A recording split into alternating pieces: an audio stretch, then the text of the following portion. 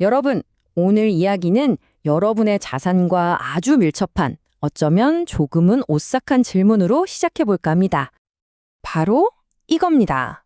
세계 경제라는 고속도로에서 가장 큰 트럭 두 대가 서로를 향해 정면으로 돌진하고 있다면요? 이건 그냥 상상이 아니에요. 바로 미국과 일본 두 거인 사이에서 지금 벌어지고 있는 일입니다. 문제는 그 충돌 경로 한가운데 우리 모두의 지갑이 놓여 있다는 거죠. 그래서 오늘 이 복잡한 상황을 한번 제대로 파헤쳐 보겠습니다. 왜 이런 일이 벌어지는지, 그 중심에 있는 사천조는 대체 뭔지, 그리고 우리는 뭘 해야 하는지 하나씩 차근차근 따라와 보세요. 자, 첫 번째 이야기, 충돌 경로입니다. 지금 세계 경제의 두 엔진이 정말 역사상 처음이라고 할 만큼 완전히 반대 방향으로 달리기 시작했습니다.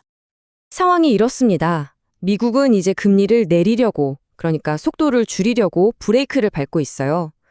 반대로 일본은 무려 30년 만에 금리를 올리겠다며 엑셀을 밟기 시작한 거죠. 이건 그야말로 두 거대 경제의 정면 충돌이 눈앞에 와 있는 겁니다. 아니 근데 왜 하필 지금일까요? 30년 동안이나 꼼짝 않던 일본 경제가 왜 갑자기 깨어나는 걸까요? 바로 여기에 앞으로의 상황을 읽을 수 있는 아주 중요한 단서가 숨어 있습니다. 우리가 흔히 잃어버린 30년이라고 하잖아요.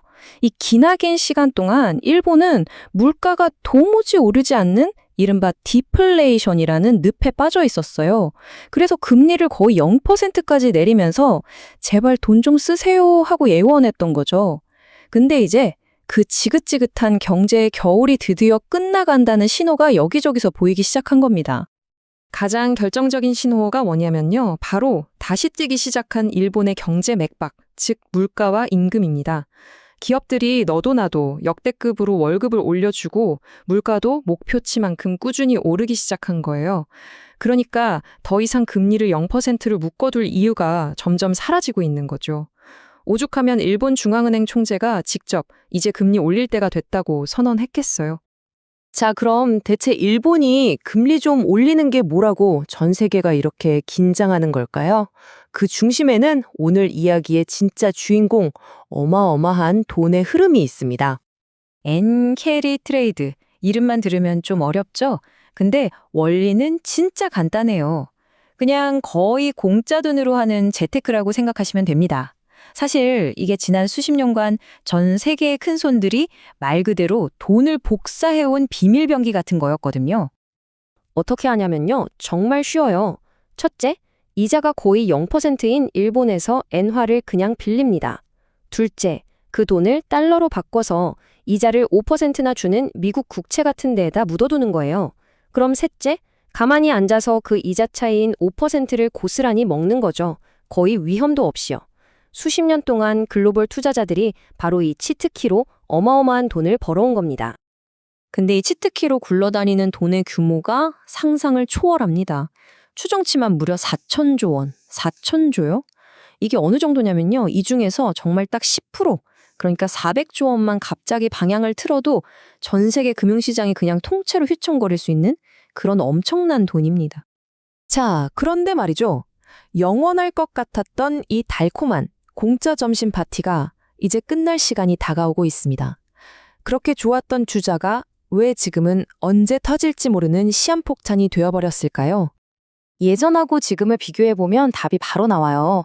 과거엔 어땠나요? 돈 빌리는 비용, 즉 일본 금리는 0%에 가까웠고 투자에서 버는 수익, 그러니까 미국 자산 수익률은 5%로 높았죠. 근데 앞으로는 정반대가 됩니다. 일본이 금리를 올리니 빌리는 비용은 비싸지고 미국은 금리를 내리니 투자 수익은 줄어들어요.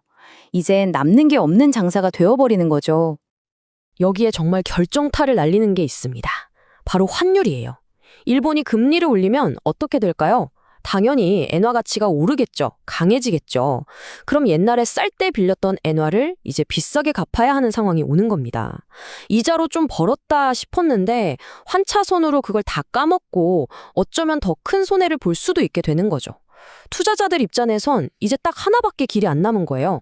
바로 탈출입니다. 이게 그냥 말뿐인 얘기가 아니라는 걸 보여주는 무서운 사례가 있어요. 예전에 일본이 금리를 정말 쥐꼬리만큼 0.25% 올린 적이 있거든요. 그때 전 세계 금융시장이 거의 발작을 일으키면서 폭락해버렸습니다. 그 4천조 원이라는 돈이 얼마나 민감한 화약고 위에 앉아있는지 똑똑히 보여준 사건이었죠.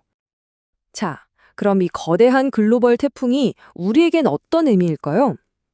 이게 참 아이러니한 게 우리한테는 기회가 될 방패이면서 동시에 위협이 될 칼이기도 합니다. 우선 좋은 소식, 방패부터 볼까요? 엔화 가치가 오르면, 즉 엔화가 비싸지면 일본 제품들 가격도 같이 비싸지겠죠? 그럼 세계 시장에서 경쟁하는 현대차나 포스코 같은 우리 수출 기업들한테는 가격 경쟁력이 생기니까 이건 분명히 호재입니다. 하지만 칼도 있습니다.